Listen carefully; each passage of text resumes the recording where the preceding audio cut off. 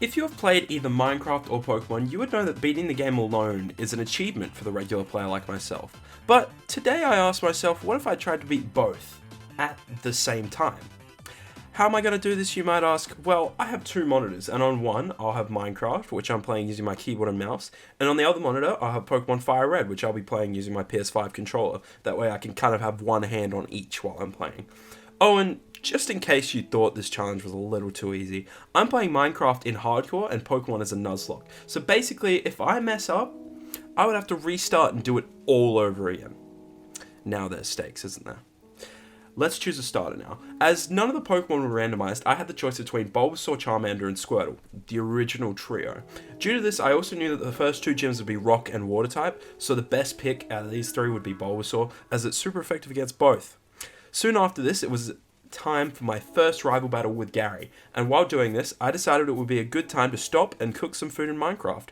Stupidly, as I was focusing on Minecraft, I lost my first Pokemon in this battle as I used a bowl instead of a potion. This moment was where I realized the true difficulty of this challenge. As I am not putting all my focus into one of the games at a time, I would end up making mistakes like this, which would be detrimental to the success of the challenge. The first thing I do in every new Minecraft world I play on is the exact same. I always go looking for the nearest village, and again, I did that on here. I chose to go over the water rather than exploring on land because that way I could find some shipwrecks, which would mean easy diamonds, and I could boat in the direction that I needed to go while progressing in Pokemon. I luckily found a map in the second shipwreck I looked in that would lead me straight to the nearest village. When I got to that village, there was some iron armor just sitting out the front waiting for me, and the treasure on the treasure map was right next to the village. I used the good old fills a map trick where you line up the bottom of your cursor with the thing to get the loot straight away, and then I made sure to take out the iron golem in the village to get some quick iron. Then, when I thought the village was just about done for me, I found one last building which had 2 diamonds in it and an iron pickaxe. This run in Minecraft was now looking very good. This was a very good start. I would now walk away from this village with a full suit of iron armor and 2 diamonds. It was now time to take on Brock. Remember any of the rap that you did? My money don't jiggle jiggle, it folds. The first gym leader of this run. I decided that when fighting gym leaders, I would put all my attention into Pokemon to ensure that I don't have to reset because that would ruin the run. But fortunately, Brock was no challenge for BB-8 and I swept through his gym with no problems. After this, I thought it would be fitting to go mining whilst in Mount Moon. Makes sense in my head. I am only showing a small clip of it here, but it took what felt like forever to get out of Mount Moon, and I don't think strip mining made it any more fun.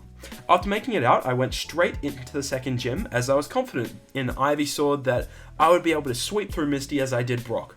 It wasn't quite as easy as Brock's gym, but Ivysaur did end up carrying me through. But then, while mining for some diamonds and heading to Bill, disaster struck, and I had my first near-death experience of this Minecraft run. I was ambushed while mining diamonds by a witch, as I wasn't entirely watching Minecraft. I acted fast and built myself into a safe area, then headed out of the cave, which wasn't the smartest move as I left the rest of the diamond vein there, but oh well. Now in Vermilion City, about to get on the SSN, I found a village, which I would make my home for a while, as my strategy would be to use the stick trade and the armor trades to get myself diamond armor. This way I could also focus more on Pokemon for a while, as it would be the longer of the 2 games to beat. Soon after this, it was time to take on the third gym leader, who was electric type, as I'm sure you all know, which meant that Ivysaur would not be able to carry me through this gym like the first 2. But if you know these games, you would know that Diglett Cave is nearby, so I went and caught a Diglett who would be able to counter the electric types. But it's never really that easy, is it? And Diglett was taken out, meaning that I had to use Ivysaur to stall out the Raichu and defeat Lieutenant Surge. It was then time to put my plan into practice. I had spent a long time just getting sticks and trading them back to villages. There was a lot of wood collecting and a lot of trading. I collected 1,091 logs of wood and crafted 7,136 sticks. Yeah, it was a long process, but eventually I got to the diamond armor that I desired, and it was all worth it. As I was in Celadon City, I then went through to the Team Rocket Casino.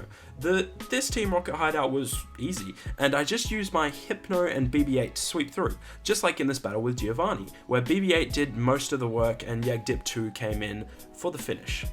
Straight after defeating Giovanni, I was ready to take on Gym 4. I had trained up a Hypno and Pidgeotto who would make this gym easy for me due to all the grass and poison types. I was now about halfway through Pokemon Fire Red and I still hadn't been to the Nether yet in Minecraft. So I thought it was time to get moving after collecting a free Hitmonchan.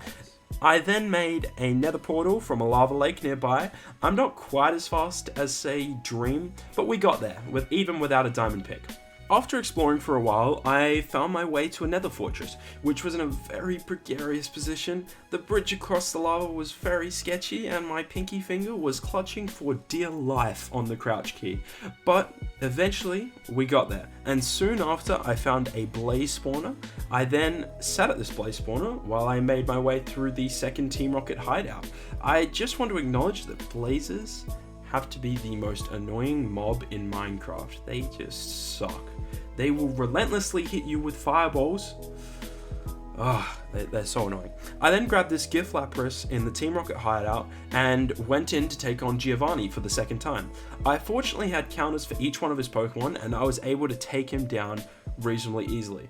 Well, when I say I had counters, I loosely had counters. My Pokemon are a bit underleveled here, so it was kind of hard to take them out, but the only reason I did is because I had the counters. That is such a convoluted sentence. I love it. I love it. That's such a beautifully convoluted sentence. I collected what I thought was enough blaze rods, then headed back into the overworld, and at the same time, I used the poker flute to wake up Snorlax, which I would then go on to catch. I then headed to another village in Minecraft where I would set up another stick trade as well as a cleric trade to get some ender pearls. While doing this, I took on Sabrina, not making the same mistake as I made last time I played Fire Red, I hope, which we won't talk about. Dragonair gave it a shot, but Donphan had it by the throat. I switched in Kef on the Donphan, as throughout the rest of the run, Kef was beating what it was weak to, but this time was different. The Donphan was ready with rollout, and I had lost the Pokemon I had from the start. Anyway, I beat Sabrina, and while still grinding sticks to trade into Ender Pearls, I went on to fight Koga, who this time I trained my Pokemon for. You never would have thought you'd see the day where I trained my Pokemon. And I just made my Haunter give all of Koga's Pokemon nightmares and eat their dreams, and we were good. Absolutely no problems at all. Imagine struggling on such an easy gym. Anyway. Yep, you guessed it. When I got to Blaine's gym, I was still grinding for sticks for the cleric, and actually I had to get a second cleric because the first one decided that he didn't want to trade for Ender Pearls. It's fantastic. Kazza came in very handy in this gym battle, as her and Snorlax would take out all of Blaine's Pokemon. He tried to use some little Fire Blast tricks to defeat me, but I had too much momentum. As soon as I got out of this gym battle, I could head in to fight the final gym, and from there the rest of the game would be a sweep. All I had to do in Minecraft was find the end portal. I was starting to see the light and I was ready for one of my challenges to maybe end in the first try. Giovanni went down for the third time and I was looking free. It was time for the trek right before the end of the game. I was now heading to find the end and heading to find my way through Victory Road. This was truly a long journey to get through both at the same time without dying or losing any Pokemon. If you'd like to see the journey, I will be turning it into a short, which should come out in the next few days. Why do that instead of playing it now? Well, let's be honest, we are so close to the end that you just want to see me defeat a cocky redhead and slay a dragon. It has everything, from nearly losing everything to heartbreak, and I will try my best to condense it all down into around 30 to 60 seconds. Anyway, we made it. As I took on the Elite Four, I waited outside the end portal. I would go in to fight the Ender Dragon once I reached the champion, but right now it was more important for me just to focus on the Elite Four when battling them so that I would, make it to the champion. There are so many Pokemon to defeat in the Elite Four, so let me summarize. For Lorelei, Electro beat Dugong, Cloyster, and Slowbro, then Snorlax beat Lapras and Jinx. For Bruno, BB-8 defeated 2 Onix, Nidoking beat a Hitmonchan and Hitmonlee, and Pidgeot defeated a Machamp. Then for Agatha, Kazza beat 2 Gengar and a Haunter, Electro defeated Golbat, and Nidoking took out Arbok. Finally, Lance, Snorlax took out the Gyarados, and Kazza took out the Aerodactyl, 2 Dragonair, and a Dragonite. Real MVP right there. Kazza really came in clutch. But now, it was time. Time for the last 6 hours of gameplay to culminate in either a win or a loss. If there was ever a time for me to not make any mistakes and really try to get the victory that I was looking for, it was now. I went to face blue at the same time as I jumped into the end. And you know what? For once, have my live reaction of what's going on here.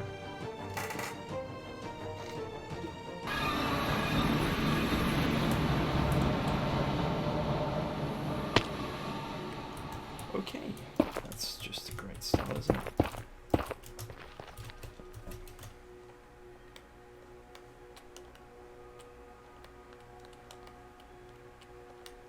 Okay.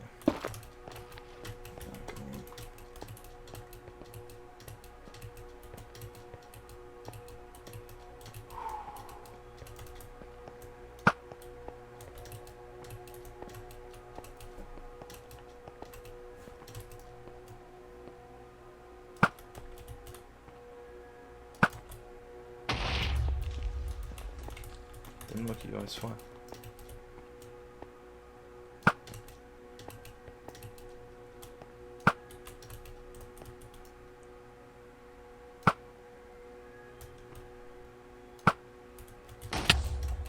Oh.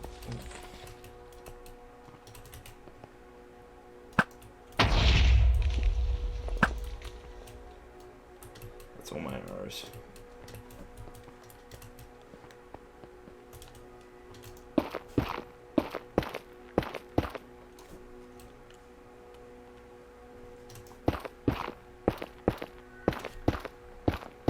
Come on, Kazza. Let's go.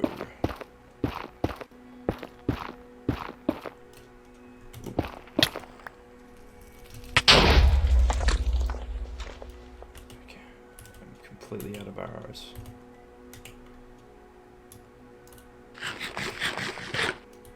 Got 1, 2, 3, 4, 5, 6 towers left.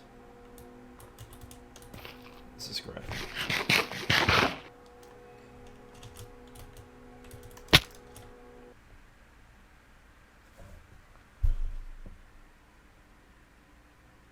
I'm so dumb. I'm so dumb.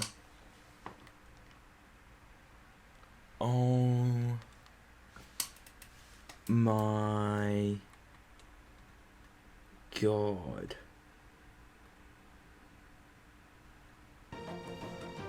Yep.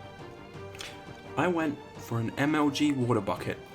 To be fair, I legitimately didn't think that height would kill me, but it did. I think I'm just used to feather falling. I had died in Minecraft, but all was not quite lost. I could make it a half victory if I defeated Gary. I just had to do that successfully, which, you know, last time, again, didn't go that well. So, I sent in BB-8 here against a Gyarados. Seems like a good matchup right there. I don't really know what to say here. I feel really bad after the MLG water bucket. Like, I don't even know what to say after that. What do you say after you fail that badly? Oh, yeah. We lost Kazza. And things were looking down once again. And it was looking like I may not even defeat this challenge. But then Snorlax came in. And Snorlax took down the Charizard. And finally took down the Gyarados. And I defeated Gary to win myself a half victory sort of thing. So I ended up defeating Pokemon, but not quite Minecraft. Story of my life. If you enjoyed the video and would like to see me reattempt this challenge in the future, leave a like and subscribe. Really happy having you here. That was a really weird thing to say. I'll keep it in, whatever. I have even more awesome content on the way, just stick with me. Thanks for watching, guys. See you in the next video.